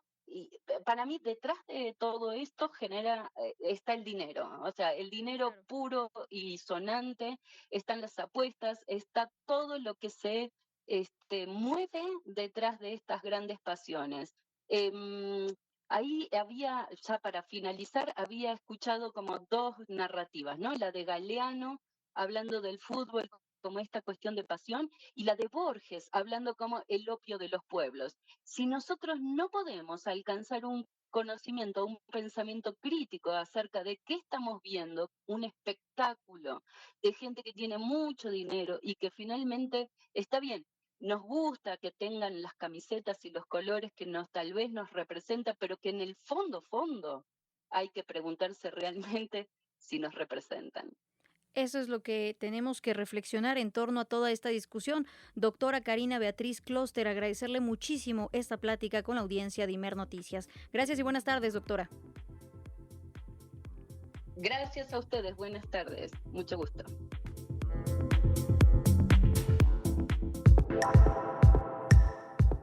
Rápidamente, antes de despedirnos, vamos con información de última hora. La Fiscalía General de la República informó que fue detenido en Ensenada el exgobernador de Baja California, Ernesto Rufo Appel, como resultado de una investigación de alta complejidad relacionada con el contrabando de combustible realizadas por una empresa fundada por el exmandatario. La Fiscalía General de la República detalló que Rufo Appel está acusado por la posible comisión de los delitos de delincuencia organizada y contrabando.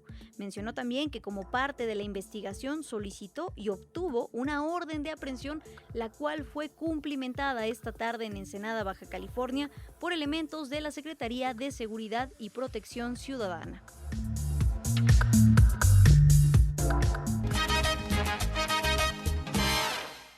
Todo aquel que piense que la vida es desigual tiene que saber que no es así, que la vida es una hermosura, hay que vivirla. Todo aquel que piense que está solo y que está mal tiene que saber que no es así, que en la vida no hay nadie solo. Siempre hay algo más, ya cantaba Celia Cruz y la recordamos con esta canción hoy 16 de julio, porque precisamente un día como hoy falleció y se fue, partió de este mundo, pero nos dejó todo este legado musical que ha acompañado a generaciones y generaciones y que nos recuerda efectivamente que la vida es un carnaval y hay que disfrutarla con todos sus claroscuros y con todos sus altibajos. Esta es la complejidad de la vida que vivimos. Como siempre se nos acabó el tiempo, pero agradecerles que nos hayan acompañado a lo largo de estas 2 horas y recordar también que el día de mañana nos vemos en el Museo del Telégrafo para una transmisión completamente en vivo y especial de este programa Imer Noticias, tu punto de referencia, segunda emisión, y que también tenemos pases dobles para asistir a una visita guiada mañana viernes 17 de julio en punto de las 11:30. Solo tienes que mandar mensaje al 55 66 31 24 27.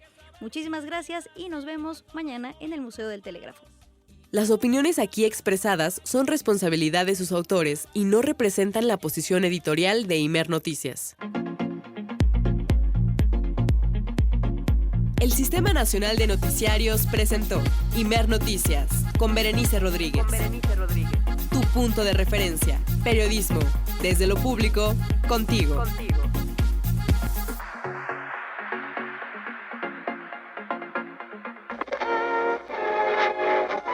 Okay, so.